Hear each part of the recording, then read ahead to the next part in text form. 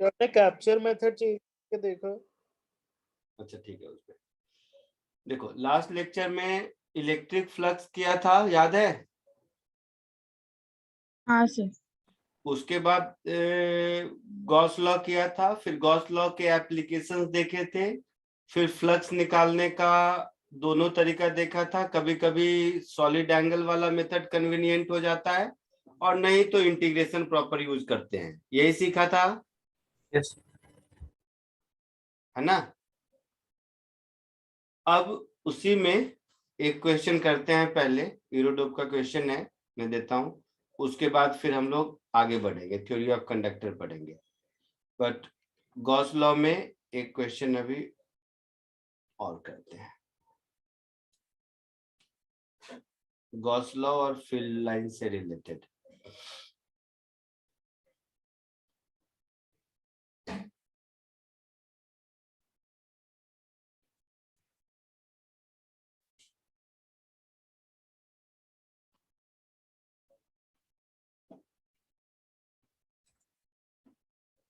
Question दिख रहा है?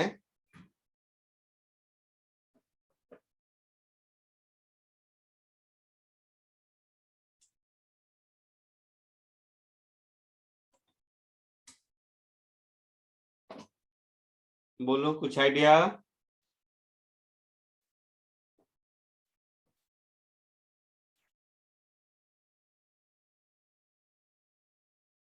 समझ नहीं आ रहा है कुछ कि कैसे करना है ऐसा?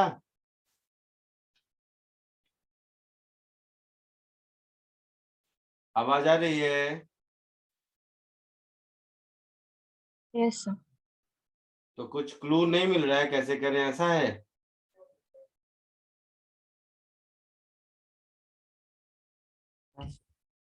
तो 2 मिनट।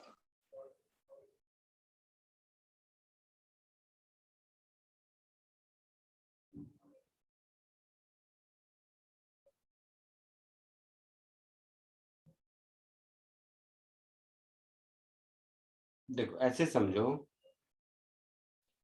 कि सपोज पॉजिटिव चार्ज से तो खूब सारे फील्ड लाइंस निकलेंगे ना।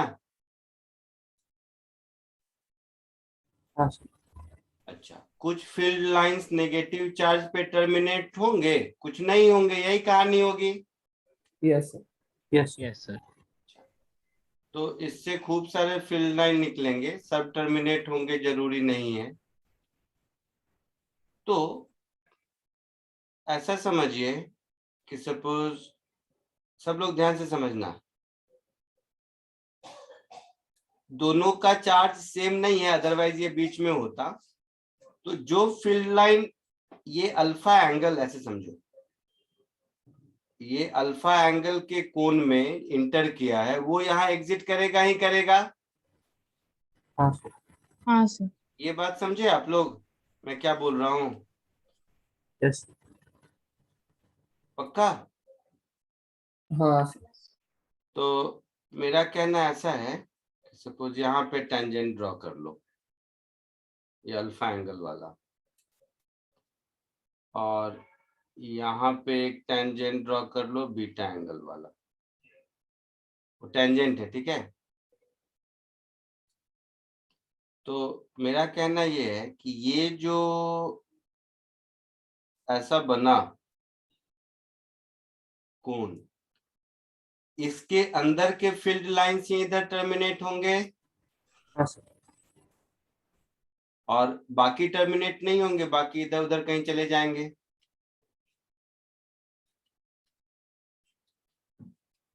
यहाँ तक कोई डाउट नो सर नहीं? तो अब ध्यान से सुनो मेन बात, इसका मतलब है Q1 का अल्फा से रिलेटेड जो भी सॉलिड एंगल होगा उसका इनकमिंग, उसका आउटगोइंग, और Q2 का बीटा एंगल के क्रॉसपॉन्डिंग इनकमिंग, दोनों इक्वल होना चाहिए। हाँ सर ये बात समझ आया? यस हाँ सर। ये सॉल्व नहीं हुआ कोई बात नहीं, रूट ऑफ का क्वेश्चन है, वो नहीं होगा सॉल्व, मैं मान लिया इस बात को, लेकिन ये समझ आना चाहिए। तो Q1 का आउटगोइंग कितना हो जाएगा? तो Q1 upon epsilon not total flux, divided by 4 pi per unit solid angle हो गया, हाँ sir multiplied with 1 minus cos alpha into 2 into 2 pi. Pi yes होगा। अच्छा, बीटा का इनकमिंग कितना हो जाएगा, तो Q2 upon 4 pi epsilon not into 2 pi. 2 pi into 1 1 minus. Minus cos beta. हाँ हाँ सर हाँ सर ये दोनों इक्वल होना चाहिए। Yes sir yes. तो जो भी पूछा है मिल जाएगा ना, हाँ सर हाँ sir. बीटा एंगल पूछा है शायद ना। हाँ sir. तो यही न्यूमेरिकल वैल्यू के साथ दिया हुआ रह सकता है आपको, और क्या। So Q1 upon 2 epsilon naught 1 minus cos alpha is equal to Q2 upon 2 epsilon naught 1 minus cos beta. Yes तो 2 एप्सिलॉन नॉट गया,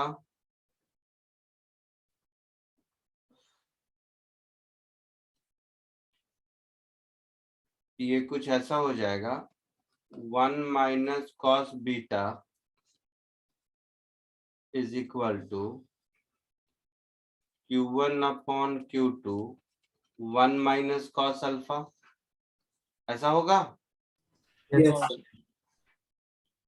तो finally 1 minus Q1 by Q2 into 1 minus cos alpha is cos beta. ठीक है, so beta is equal to cos inverse 1 minus Q1 by Q2 का magnitude into 1 minus cos alpha. Clear है, हाँ sir हाँ sir हाँ sir copy कर लीजिए।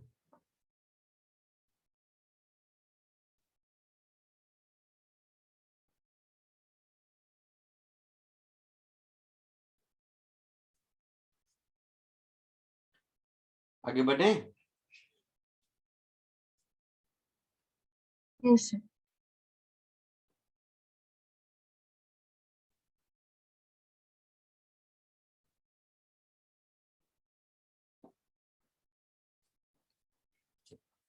अब हम लोग करते हैं डाइइलेक्ट्रिक के बारे में, कभी बताया है। नहीं.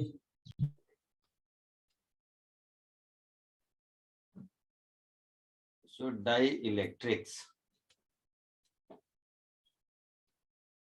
नाम सुना है इसका। तो सर डाइलेक्ट्रिक कांस्टेंट्स है हाँ, कांस्टेंट। डाइइलेक्ट्रिक अभी इस चैप्टर में इंट्रोड्यूस करते हैं, इसका ज्यादा यूज होगा अगले चैप्टर में। इसमें थोड़ा कम यूज है, फॉर्मूला देने से भी काम चलेगा, लेकिन जब सीख रहे हैं तो थोड़ा अच्छे से सीख लेते हैं। सपोज ये कोई मीडियम है, इस मीडियम में जितने भी मॉलिक्यूल्स हैं सब इस तरह के पोलर मॉलिक्यूल हैं।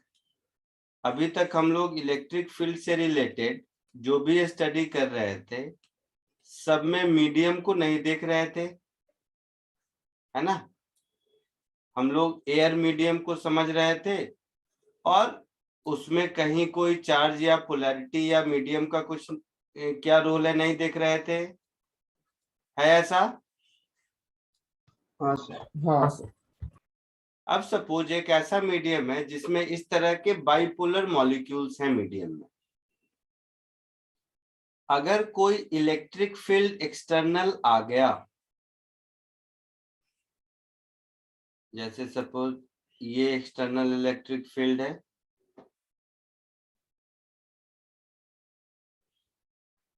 ये एक्सटर्नल इलेक्ट्रिक फील्ड है, ये एक्सटर्नल इलेक्ट्रिक फील्ड है,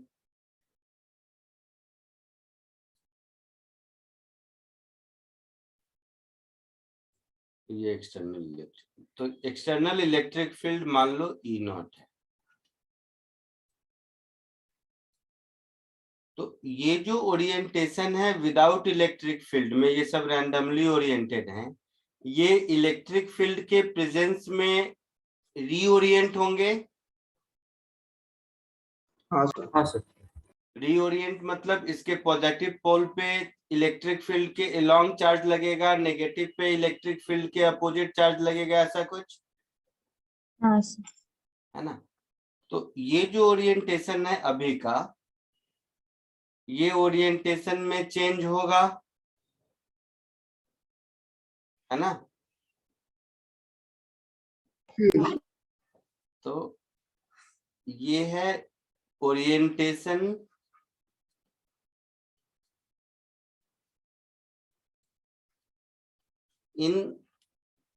in absence of electric field. In absence of electric field.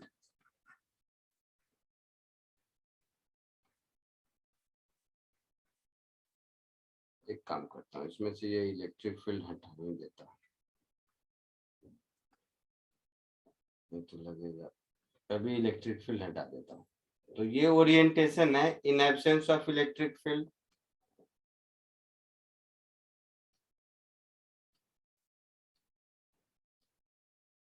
अब अगर इसी मीडियम को इलेक्ट्रिक फील्ड के प्रेजेंस में ले जाएं,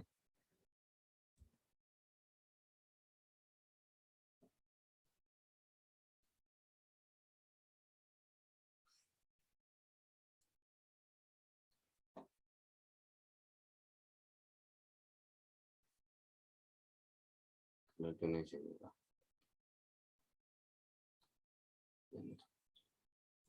तो सपोज ये इलेक्ट्रिक फील्ड एक एक्सटर्नल है इस रीजन में,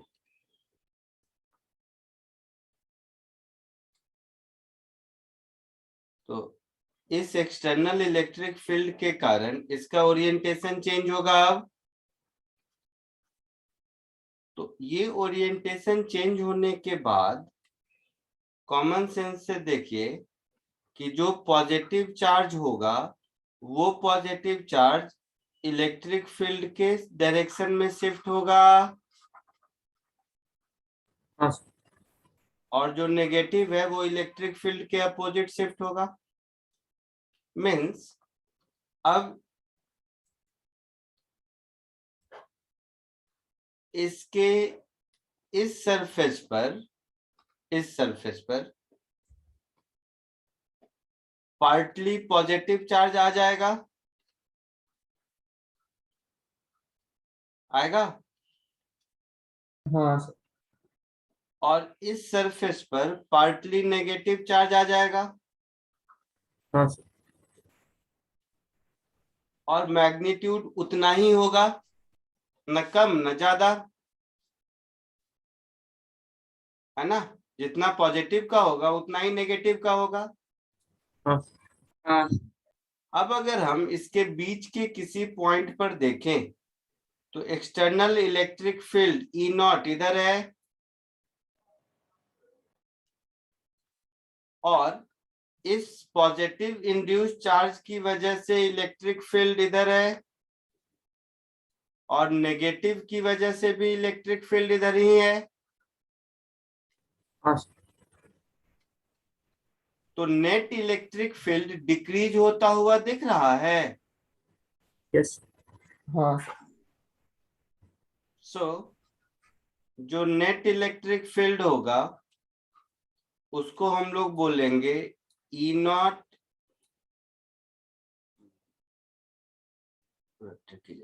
minus electric field due to positive charge plus electric field due to negative charge, ऐसा है ना। हाँ सर। तो ये नेट इलेक्ट्रिक फील्ड कितना चेंज हुआ किस रेशियो में, उसको डाइलेक्ट्रिक कांस्टेंट कहते हैं। So dielectric constant is external electric field upon electric field inside the medium, या ई नेट बोल दो। ये जो रेशियो है इसको हम लोग डाइलेक्ट्रिक कांस्टेंट ऑफ मीडियम कहते हैं। क्लियर है?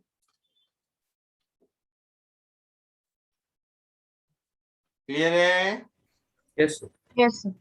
अच्छा, नेक्स्ट चैप्टर में जो कि 1-2 लेक्चर के बाद होगा, उसमें ये क्यू क्यू डैश कितना चार्ज आएगा वो भी कैलकुलेट कर सकते हैं, बट वो बाद की चीजें।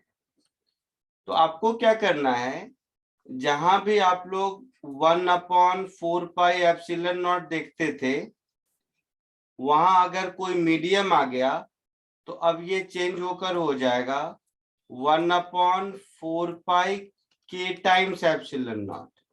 मतलब epsilon of medium is k times epsilon of free space. आई बात समझ में? हाँ सर। हाँ सर। Yes, sir. ठीक है। दूसरा चीज,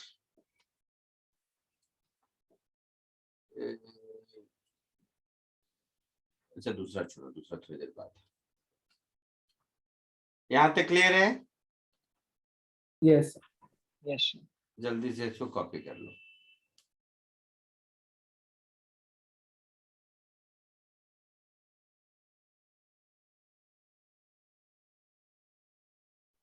हो गया?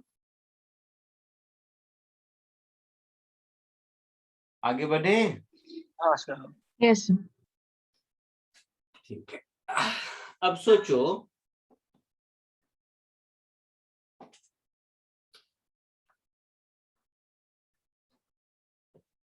आज थोड़ा सा थ्योरेटिकल ज्यादा पढ़ना है।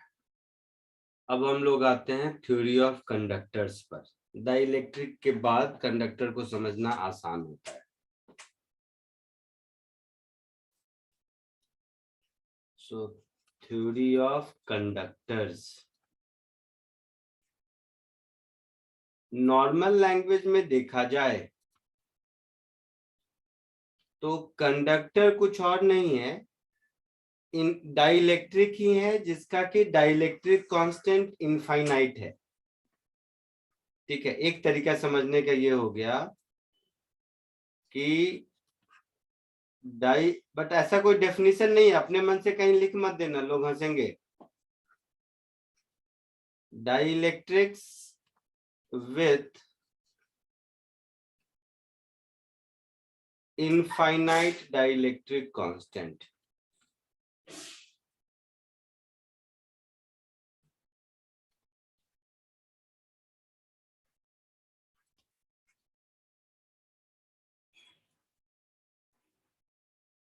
इसका दूसरा मतलब ये हुआ, इसी बात को कहने का दूसरा तरीका है कि कंडक्टर के पास तो फ्री इलेक्ट्रॉन्स बहुत होते हैं ना। हाँ कंडक्टर के पास फ्री इलेक्ट्रॉन्स बहुत होते हैं। अच्छा, बहुत मतलब infinite. Infinite in the sense कि मतलब अप टू सम एक्सटेंट, नहीं तो उसको ब्रेक डाउन भी कहते हैं। इवन डाइलेक्ट्रिक में भी ब्रेक डाउन होता है, खैर वो बाद में। तो जब भी कोई इलेक्ट्रिक फील्ड आएगा तो कंडक्टर्स के पास अगर बहुत सारे फ्री इलेक्ट्रॉन्स हैं तो जितने भी इलेक्ट्रॉन्स होंगे उस पर इलेक्ट्रिक फील्ड के अपोजिट चार्ज लगेगा, है ना। तो इलेक्ट्रिक फील्ड के अगर अपोजिट चार्ज लगेगा इलेक्ट्रॉन्स पे, मतलब सारे जो भी उस पे चार्जेस हैं, सारे इलेक्ट्रॉन्स उसके अपोजिट डायरेक्शन में मूव करना शुरू करेंगे। जैसे ऐसे समझिए इसी बात को, मैं एक डाइलेक्ट्रिक वाला ही शेप साइज ले लेता हूं, मान लो। अब ये है कंडक्टर, तो अगर ये कंडक्टर्स है और इसको मैंने एक्सटर्नल इलेक्ट्रिक फील्ड दिया जैसा कि डाइलेक्ट्रिक को दिया था, तो स्टोरी तो डाइलेक्ट्रिक के जैसा ही होगा। Story in the sense mechanism, कि इलेक्ट्रॉन पे फोर्स लगेगा इसके अपोजिट, तो कंडक्टर के सारे इलेक्ट्रॉन, सारे का मतलब मैक्सिमम इलेक्ट्रॉन, डिपेंड करता है फील्ड की स्ट्रेंथ कितनी है। जो इलेक्ट्रॉन्स होंगे उसकी टेंडेंसी होगी इधर शिफ्ट होने की, होगी, यानी कि इधर एक पॉजिटिव वैकेंसी क्रिएट होगा, हाँ या ना? हाँ सर। हाँ सर। अब डाइइलेक्ट्रिक और कंडक्टर में फर्क क्या है, थोड़ा इसको समझने की कोशिश करते हैं। डाइइलेक्ट्रिक और कंडक्टर में फर्क ये है कि वो जो डाइइलेक्ट्रिक में मैंने पोलर मीडियम दिया है, वो तो मीडियम की प्रॉपर्टी है ना,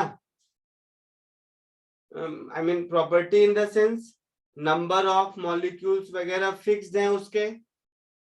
हाँ सर। जैसे अगर हाँ 10 सर। बाइपोलर ये है मॉलिक्यूल्स अगर है, जस्ट एग्जांपल बता रहा हूं, तो क्या होगा कि ज्यादा से ज्यादा क्या होगा, उतने ही टूटेंगे, उससे ज्यादा तो नहीं टूटेंगे ना। हाँ हाँ समझ गया। सर। कंपेरेटिवली इलेक्ट्रॉन्स के पर्सपेक्टिव में देखें तो जैसे जैसे इलेक्ट्रिक फील्ड हम इंक्रीज करते जाएंगे, मोर number of electron will start shifting towards left हमारे डायग्राम में, हाँ सर। है ना। तो इसमें अपोजिंग इलेक्ट्रिक फील्ड प्रोड्यूस करने की कैपेसिटी ज्यादा होती है विथ रिस्पेक्ट टू डाइइलेक्ट्रिक। ये बात समझ आया? हाँ सर। हाँ सर। तो under ordinary electric field, dielectric वाली कहानी भी है वो अंडर ऑर्डिनरी इलेक्ट्रिक फील्ड। बहुत बड़ा इलेक्ट्रिक फील्ड निकालेंगे तो डाइइलेक्ट्रिक का भी ब्रेक डाउन होता है, टूट जाता है, कंडक्टर का भी ब्रेक डाउन होता है। तो डाइइलेक्ट्रिक का ब्रेकडाउन का मतलब कहा जाता है कि पोटेंशियल डिफरेंस वैसा जिसमें कि अंदर डाइइलेक्ट्रिक के अंदर इलेक्ट्रिक फील्ड 0 हो जाए, तो उस पोटेंशियल डिफरेंस को हम लोग डाइइलेक्ट्रिक ब्रेकडाउन कहते हैं। तो कंडक्टर के केस में क्या होगा कि जो अपोजिंग इलेक्ट्रिक फील्ड कंडक्टर के अंदर जनरेट होगा पॉजिटिव और नेगेटिव चार्ज के डिस्ट्रीब्यूट होने के कारण, वो इलेक्ट्रिक फील्ड कंडक्टर के केस में एक्सटर्नल इलेक्ट्रिक फील्ड को हमेशा कैंसिल करता है। इसीलिए हम लोग कहते हैं कि कंडक्टर के अंदर फील्ड 0 होता है। समझ आया? अरे लास्ट वाला चीज आप रिपीट कर सकते हैं क्या? मैंने कहा कि ये जो अपोजिंग इलेक्ट्रिक फील्ड है E प्लस और E माइनस मिला के, ये अपोजिट इलेक्ट्रिक फील्ड कंडक्टर के केस में उतना क्रिएट होता है जितना एक्सटर्नल इलेक्ट्रिक फील्ड हो हमेशा। ठीक है, क्योंकि ये तो इलेक्ट्रॉन की शिफ्टिंग ही है ना, ध्यान से हाँ देखो। सर समझ गया। तो मोर नंबर ज्यादा इलेक्ट्रिक फील्ड मिलेगा अप टू सम एक्सटेंट, तो ज्यादा शिफ्टिंग होगा। तो इसकी वजह से इसके अंदर इलेक्ट्रिक फील्ड हमेशा 0 होता है। Electric field inside a conductor is always 0, thumb rule, इसको याद कर लो। ठीक है? हाँ So moral of the story is electric field inside a conductor is always 0.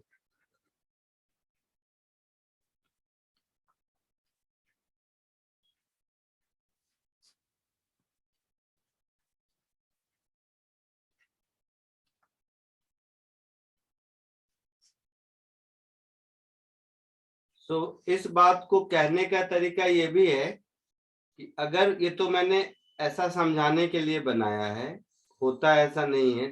Diagram के हिसाब से ऐसा होगा कि यही वाला डायग्राम एक्सटर्नल इलेक्ट्रिक फील्ड के केस में यहां पर नेगेटिव आया था, मतलब सारे फील्ड लाइंस यहां पर टर्मिनेट करेंगे,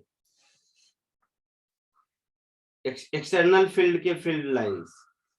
समझ रहे हो? एक्सटर्नल फील्ड के फील्ड लाइंस यहां टर्मिनेट करेगा और फिर यहां से ओरिजिनेट करेगा, क्योंकि यहां पर पॉजिटिव आ जाता है ना। यस। तो अंदर कोई फील्ड लाइंस होता ही नहीं है। समझ गए आप लोग? हाँ हाँ सर। तो कभी हाँ कभी फील्ड लाइन के डायग्राम से पहचानने को बोलेगा तो ऐसा फील्ड लाइन का डायग्राम होगा कंडक्टर, मतलब inside no electric field lines, है ना? यस। और पूछा भी था एक बार जेई मेंस में, ईयर मुझे नहीं याद है, चिंदी क्वेश्चन ने कीजिए था, बहुत सारा डायग्राम दिया हुआ था, हमें बताना था इसमें कौन सा डायग्राम कंडक्टर का है, नॉन कंडक्टर का है और डाइइलेक्ट्रिक का है, ऐसा। So no electric field lines inside a conductor.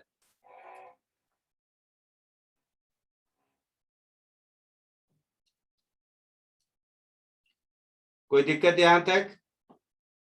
नहीं सर। तो ठीक है, पहले इतना कॉपी कर लो फिर आगे बढ़ते हैं। आज थोड़ा थ्योरेटिकल ही ज्यादा पढ़ाऊंगा क्योंकि कंसेप्चुअली थोड़ा सा इस टॉपिक में साउंड होना जरूरी है।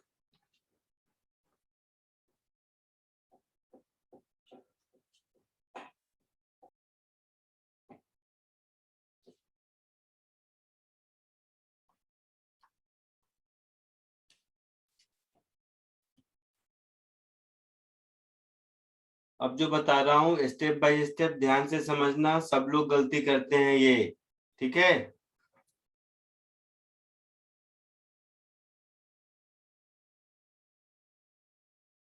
Induction of charges in conductor.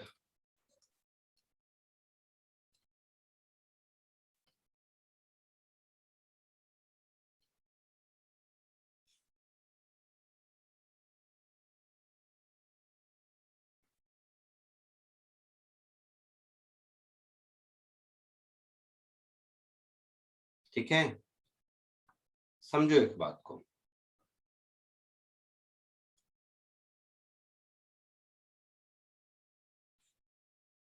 एक एक स्टेप वन बाय वन सारे डायग्राम को समझते हैं।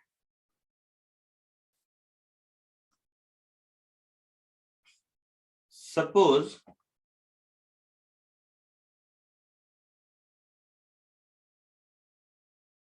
ये कोई कंडक्टर है, ध्यान से देखना सब एक एक स्टेप, ये इंपॉर्टेंट है। ये कोई कंडक्टर है और लॉजिक के साथ समझना। इस कंडक्टर के कैविटी के सेंटर पर एक चार्ज प्लस क्यू रख दिया। सिनेरियो समझ आ रहा है? हाँ सर। कंडक्टर के कैविटी के सेंटर पर चार्ज प्लस क्यू रख दिया, तो कंडक्टर के कैविटी का जो इनर सरफेस होगा उस पर माइनस क्यू चार्ज डिपॉजिट होगा। यस।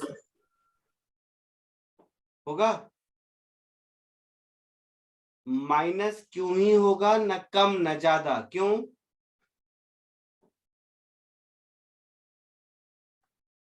कोई आइडिया? इसीलिए क्योंकि कंडक्टर के अंदर फील्ड जीरो होता है। हाँ सर।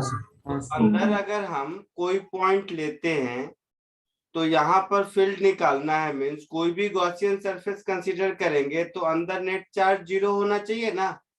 Yes sir. Yes. तो वो तभी पॉसिबल है जब इंड्यूस्ड चार्ज माइनस क्यू होगा। हाँ सर। हाँ सर। कंडक्टर खुद अनचार्ज है ना? यस। कंडक्टर पर तो कोई चार्ज नहीं है, तो कंडक्टर पर नेट चार्ज जीरो होना चाहिए। तो अगर इनर सरफेस पर माइनस क्यू आया है तो डेफिनेटली अपर वाले सरफेस पर प्लस क्यू इंड्यूस चार्ज आएगा। हाँ सर। अच्छा, तो इस बात को हम ऐसे भी समराइज कर सकते हैं कि कंडक्टर के कैविटी में हम जो भी चार्ज डालेंगे वो बाहर के सरफेस पर अपीयर हो जाएगा। मोरल ऑफ द स्टोरी यही हुआ। हाँ सर वही। यस। हाँ सर। कैविटी में मैंने चार्ज डाला क्यू और फाइनली उतना ही चार्ज आउटर सरफेस पर अपीयर हो गया। कोई डाउट? नहीं। नहीं सर। सेकेंड सिनेरियो, इसमें क्या है, थोड़ा सा ये ऐसी थ्योरी है जिसको मैं लिखा नहीं सकता, आप लॉजिक के हिसाब से खुद ब खुद लिखते चलिएगा। अब इसी कैविटी में चार्ज मैंने डाला, लेकिन वो चार्ज कैविटी के एग्जैक्टली सेंटर में नहीं है। जैसे इस केस में चार्ज कैविटी के सेंटर में नहीं है, सेंटर से हटके है थोड़ा। बोलिए। हाँ सर। तो अभी भी ये इंड्यूस चार्ज माइनस क्यू ही होगा, सेम रीजन। लेकिन जैसे इस केस में इनर सरफेस पर यूनिफॉर्म डिस्ट्रीब्यूशन था, वो डिस्ट्रीब्यूशन अब यूनिफॉर्म नहीं, नॉन यूनिफॉर्म होगा। हाँ सर।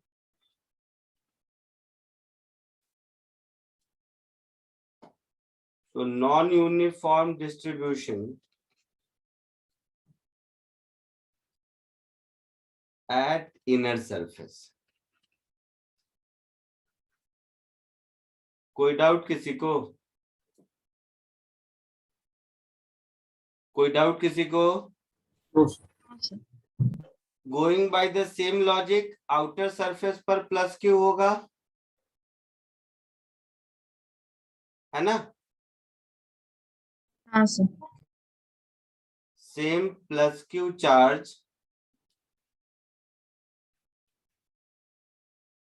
आउटर सरफेस पर होगा। अब एक चीज ध्यान देखो,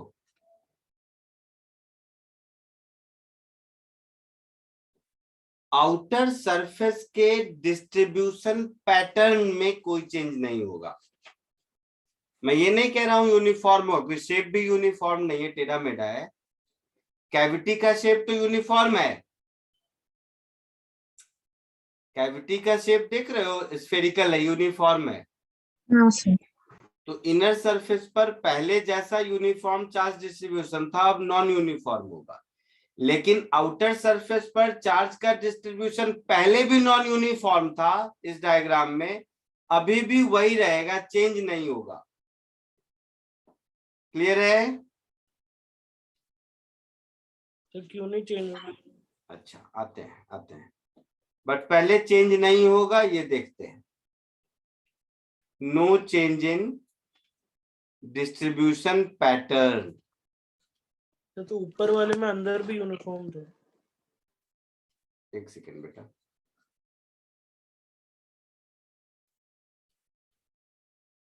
क्या बोल रहे हैं, अब बोलिए। चलो ऊपर वाले कैविटी में यूनिफॉर्म था, इसके हाँ। वाले में यूनिफॉर्म। ऊपर वाले में यूनिफॉर्म है क्योंकि कैविटी के मिडिल में चार्ज है, इसमें चार्ज मिडिल से हटके है। तो जिस सरफेस के नजदीक होगा वहां पर डिस्ट्रीब्यूशन की डेंसिटी ज्यादा होगी, दूर वाले में कम होगी। बट ओवरऑल वही कहानी हो गई जो ऊपर में थी कि क्यू चार्ज हमने इस कैविटी में कहीं तो रखा, वो सारा कंडक्टर के आउटर सरफेस पर अपीयर हुआ। ठीक है। थर्ड सिनेरियो, थर्ड सिनेरियो को मैं कैसे समझाऊं, वही सोच रहा हूं। ये इन दोनों का कंबाइंड कहानी है, इन दोनों का कंबाइंड स्टोरी, ऐसे सोचते हैं।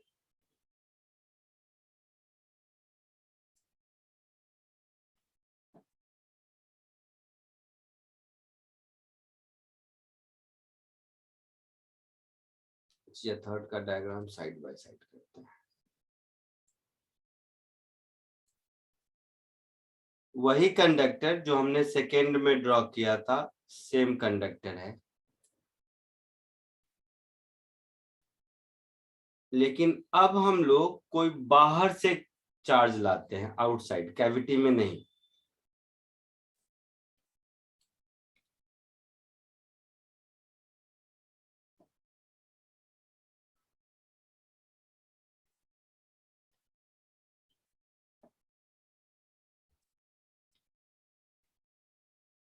जैसे इन दोनों डायग्राम को हम एक बार कंपेयर करते हैं। इन दोनों डायग्राम को अगर हम कंपेयर करेंगे तो इस डायग्राम में थोड़ी गलती है, मैं इसको ठीक कर देता हूं। इसमें कहीं से कोई तो चार्ज,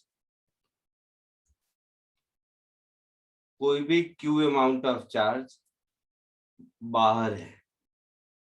तो ये जो बाहर वाला चार्ज है, बाहर कोई भी चार्ज जो प्लस अगर माइनस है मान लो, तो जैसे प्लस चार्ज बाहर से लाए तो ये अपने नजदीक के पॉजिटिव चार्ज को रिपेल करेगा, है ना। हाँ सर। डिपेंड करता है इसका पोजीशन कैसा है।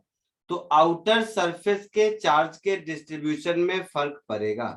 Moral of the story is कि आउटर सरफेस के चार्ज के डिस्ट्रीब्यूशन में अमाउंट ऑफ चार्ज में नहीं, अमाउंट ऑफ चार्ज वही रहेगा जितना कैविटी में है, बट जैसे इनसाइड कैविटी के चार्ज के पोजीशन से अंदर का डिस्ट्रीब्यूशन इफेक्ट होता है, वैसे ही आउटसाइड कैविटी अगर कोई चार्ज होगा तो उससे बाहर का डिस्ट्रीब्यूशन इफेक्ट होगा। आई बात समझ में? हाँ सर। हाँ सर। और बाहर का पिछले में क्यों नहीं होता और इसमें क्यों होता है, दोनों बात लॉजिकली मैं समझाता हूं। So distribution of charges on outer surface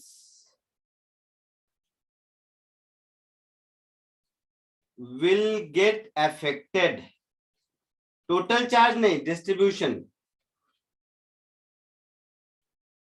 will get affected by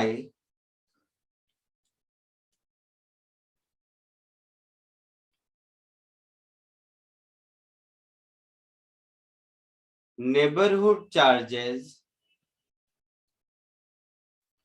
outside it।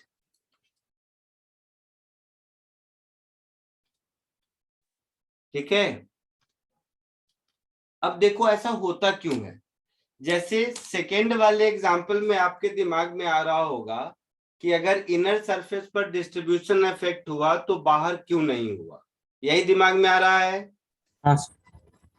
अब मेरे बात को ऐसे सोचिए, इनर सरफेस मतलब कैविटी के अंदर हम कोई भी चार्ज रखेंगे, जहां कहीं भी रखें, उसका फील्ड लाइन इस कंडक्टर के अंदर तो जाएगा ही नहीं।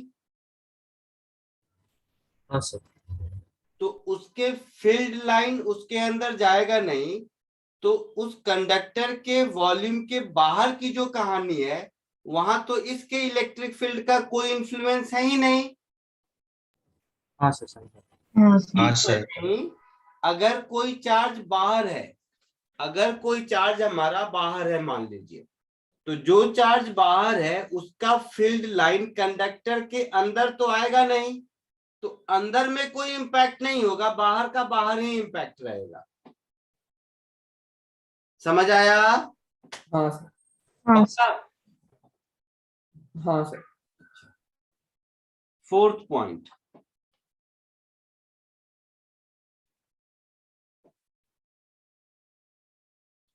कॉमन सेंस से सोचो, कंडक्टर के सरफेस पर का अंदर बाहर कहीं का जो भी हो, हमेशा इक्विपोटेंशियल होगा। नहीं समझे? कंडक्टर के हर पॉइंट पर पोटेंशियल सेम रहेगा ना, हाँ सर। हाँ सर। इलेक्ट्रिक फील्ड 0 है ना। सब लोग क्लैरिटी से बोलो हाँ या ना। एक और बात, एक और बात, कंडक्टर का हर पॉइंट पर पोटेंशियल सेम रहेगा, मैंने कहा, हाँ सर। है ना। इट्स लाइक किसी वायर से दो सरफेस को जोड़ दिए तो दोनों का सेम पोटेंशियल होगा ना। हाँ सर। ठीक है। So every conductor is an equipotential surface. ठीक है।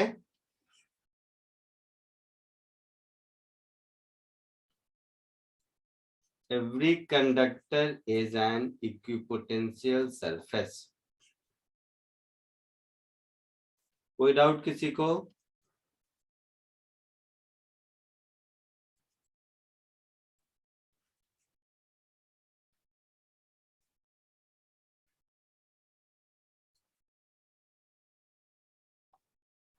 ये तो हुई कैविटी के अंदर चार्ज वार्ज डालने की कहानी।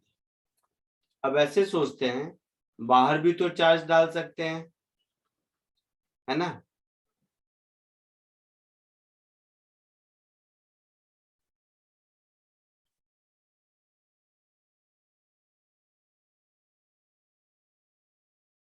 तो ऐसे सोचो,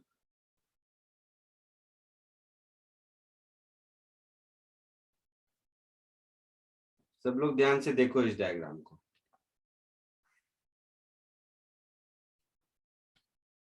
मैं एक काम करता हूँ, जो रेड से बना रहा हूँ ना वो चार्जेस है जो एक्सटर्नल डाला गया। तो यहाँ के सेंटर पर क्यू चार्ज डाला और बाहर कैपिटल क्यू चार्ज डाल दिया, ठीक है? तो देखो अभी जैसे गॉस थ्योरम से प्रूव किया था कि इनसाइड फील्ड 0 होना चाहिए, मतलब इसके अंदर सम टोटल ऑफ चार्ज 0 होना चाहिए, है ना? हाँ सर। तो कैविटी के इनसाइड पार्ट पर जो इंड्यूस चार्ज होगा वो तो माइनस क्यू ही रहेगा। हाँ सर। अच्छा, और टोटल चार्ज हमने कंडक्टर पर प्लस क्यू डाला है, तो आउटर सरफेस पर plus capital Q plus small Q हो जाएगा, ठीक है? इसका मतलब ये हुआ कि अगर आप कंडक्टर पर चार्ज कंडक्टर के अंदर डालते हो तब तो बाहर अपीयर हो जाता है। ऊपर के 2-3 एग्जाम्पल में वही देखा। हाँ हाँ सर। सर। और कंडक्टर के बाहर डालते हैं तो भी बाहर ही रहता है, अंदर नहीं आता, उसका कोई इंपैक्ट अंदर नहीं है। नहीं है। दैट्स हाँ व्हाई सर। मैं पहले लेक्चर से न जाने कितनी बार रिपीट किया होगा कि कंडक्टर पर हमेशा टोटल चार्ज आउटर सरफेस पर ही रहता है। हाँ सर, अंदर नहीं आता। हाँ सर। तो moral of the story is, even if we place a charge q on a conductor, it will appear on outer surface only. इसका इनर सरफेस पर कोई इंपैक्ट नहीं होगा। क्लियर है? हाँ sir. So if an additional charge is given, और अंदर का रेड वाला क्यू हटा देंगे तो भी फाइनली बाहर कैपिटल क्यू बचेगा। हाँ Yes, क्योंकि वो तो पहले से। Yes sir. So if an additional charge is given to a conductor,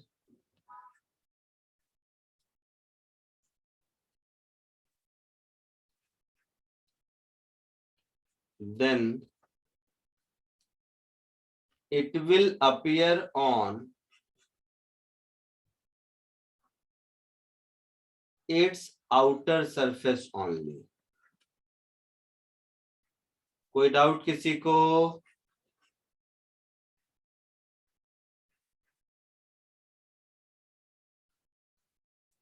कोई डाउट किसी को? नहीं sir. No sir.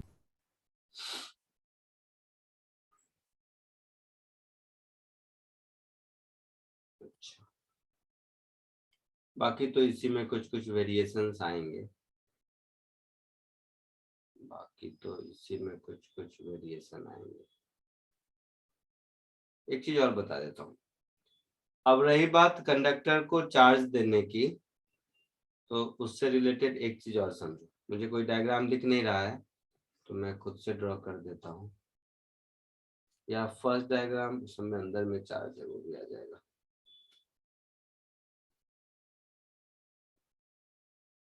Point number 6, suppose किसी शेप साइज, जब यूनिफॉर्म शेप साइज है तब तो डिस्ट्रीब्यूशन यूनिफॉर्म होता है। कंडक्टर मान लो कोई भी ऐसा रैंडम शेप साइज का कंडक्टर है, तो ये है कंडक्टर।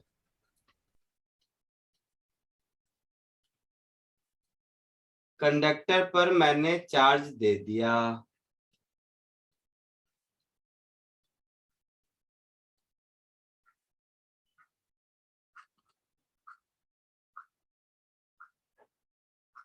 तो अगर शेप साइज यूनिफॉर्म है, सिमेट्रिकल है, तब तो यूनिफॉर्म डिस्ट्रीब्यूशन होगा।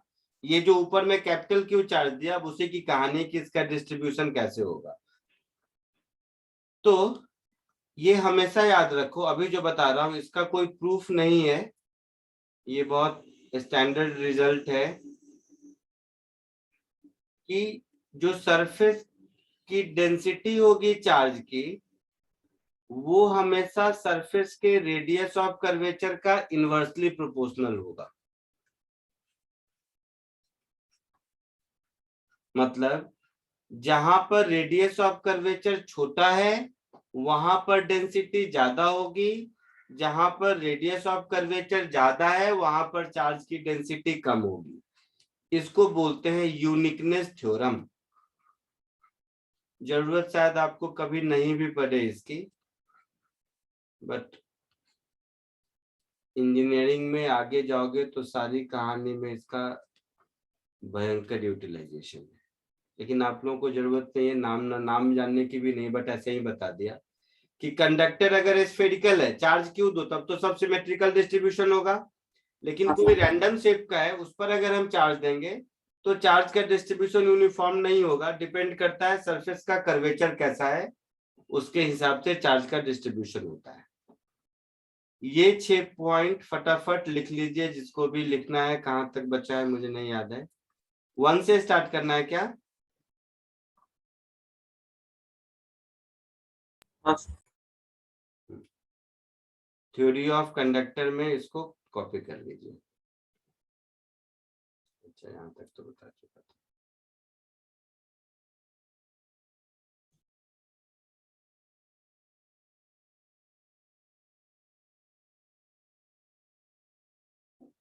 एक ये क्वेश्चन देखो तो,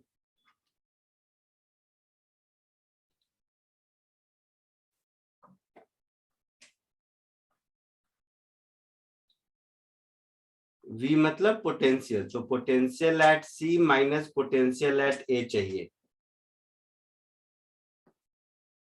वन लाइनर है, जल्दी से कीजिए इसको।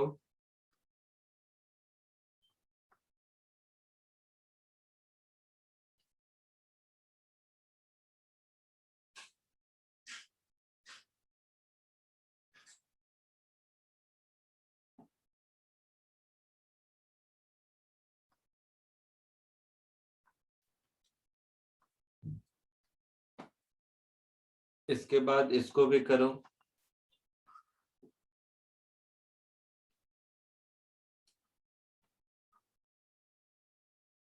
दिख रहा है दोनों क्वेश्चन 1 और 2? हाँ सर। हाँ सर। जैसे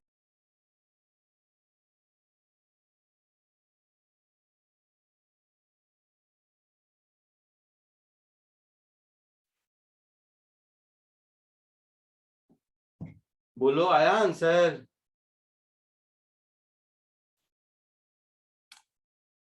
अरे आवाज आ रही है? हाँ सर। हाँ सर। क्या आया आंसर, बोलो।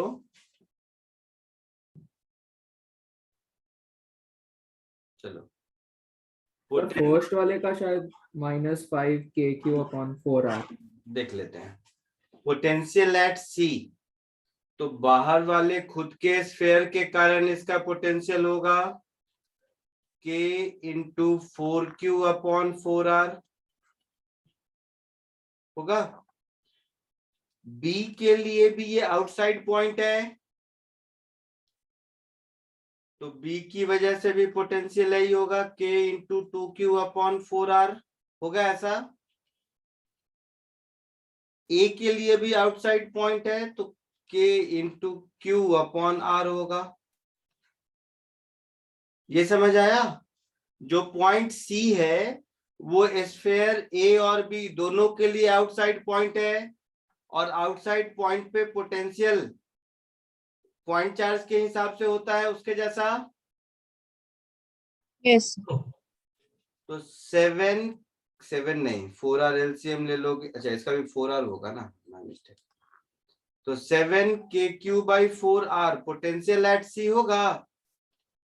Yes sir. अब पोटेंशियल एट A देखो,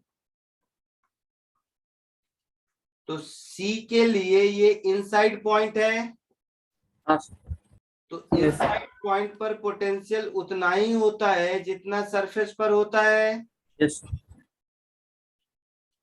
बी के लिए ये इनसाइड पॉइंट है, तो उतना ही होगा जितना बी के सरफेस पर होगा। यस। और ए के लिए सरफेस का पर का पॉइंट है, तो ऐसा होगा। हाँ सर। सो इसमें अगर एलसीएम ले लोगे के क्यू बाई आर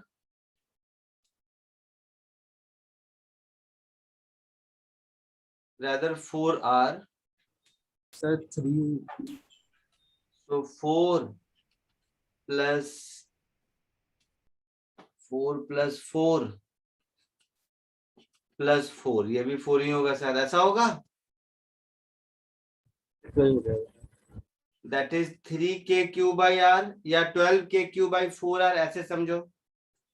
हाँ सर 12k³ बाई 4r। तो potential at A minus potential at C, तो 12 minus 7 5k³ by 4r। Sir हमें सी माइनस ए करना था, तो बस माइनस हो जाएगा। सी माइनस ए करना था, तो सी माइनस ए कर दो, देखा नहीं मैंने क्वेश्चन में। सी माइनस ए है, हाँ सर। तो माइनस 5k³ बाई 4r होगा। कोई डाउट नहीं किसी को?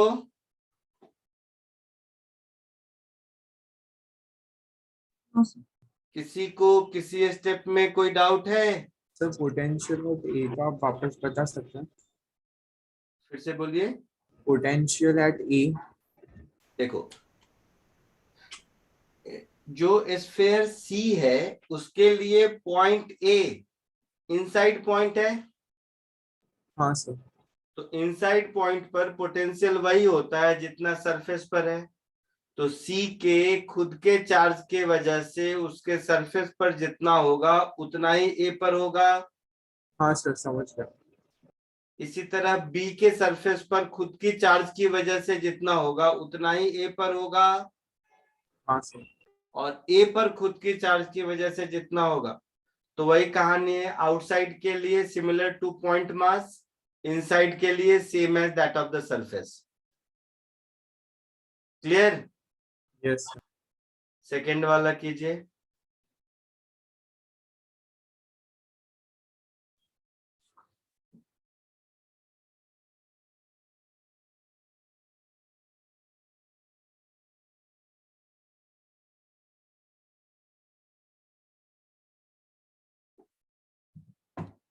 सेकेंड हुआ। चलो देखो इधर,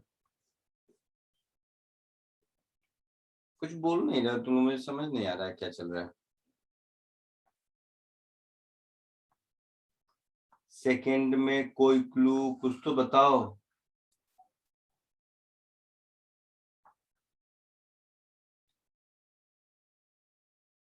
ओ भाई साहब, आवाज आ रही है? आवाज आ रही है? Yes, sir. हाँ सर।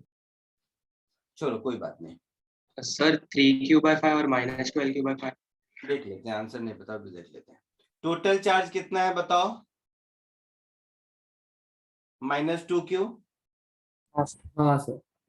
तो मैं अपने मन से मान लेता हूं x इस पर है और -2q plus -2q minus x इस पर है, ठीक है? Yes sir. यस। अच्छा,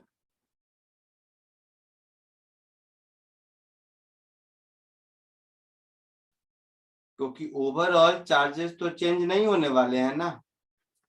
हाँ सर। हाँ सर। अब दोनों को ज्वाइन किया तो दोनों सेम पोटेंशियल पर आ गए। Yes sir. तो इस सरफेस को 1 कहते हैं, इस सरफेस को 2 कहते हैं। 1 और 2 पर सेम पोटेंशियल होना चाहिए, होना चाहिए। Yes sir. So potential at 1 is equal to potential at 2। 1 पर देखेंगे तो खुद की चार्ज की वजह से kx बाई आर, और बाहर वाले की वजह से k into -2q plus x upon 2r yes sir. v2 2 दोनों के लिए आउटसाइड पॉइंट हो गया, हाँ सर। माइनस के 2q अपॉन 2r, यही होगा दोनों मिला के। Yes sir. Yes. तो क्या करो, के आर ये सबको हटा दो, तो x/2 minus 2q plus x/2 is equal to k/r, हटा दिया ना, So 2 कैसे होगा x/2? सॉरी हाँ सर, x के डिनोमिनेटर में X 2 होगा। कैसे आया? सिर्फ x होगा। सिर्फ x होगा।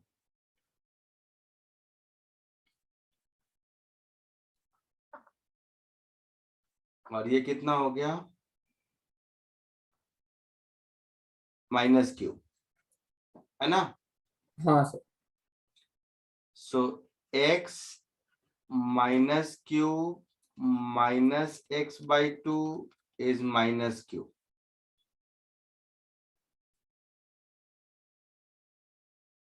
x 0 आ रहा है मुझे, ठीक है, तो x 0 होगा, x 0 होगा मतलब, हाँ x 0 होगा भी, मुझे इतना करना ही नहीं चाहिए था, ओरली बोल देना चाहिए था। x 0 होगा, सॉल्व करके देखा हमने, x 0 आया। हाँ हाँ सर। सर। इसका मतलब ये हुआ कि टोटल चार्ज यहाँ पर है -2q, बाकी हर जगह 0 है। ये दोनों को ज्वाइन किया था मतलब सेम पोटेंशियल पर, तो ये सोचो कि दोनों सेम पोटेंशियल पर हो गया मतलब एक ही कंडक्टर हो गया ना, तो कंडक्टर पर नेट चार्ज हमेशा आउटर सरफेस पर ही होता है, तो ऐसे भी हाँ सर। -2q यही होना चाहिए था, आंसर होगा। हाँ सर। हाँ सर। तो इसे हम ओरली भी कह सकते थे।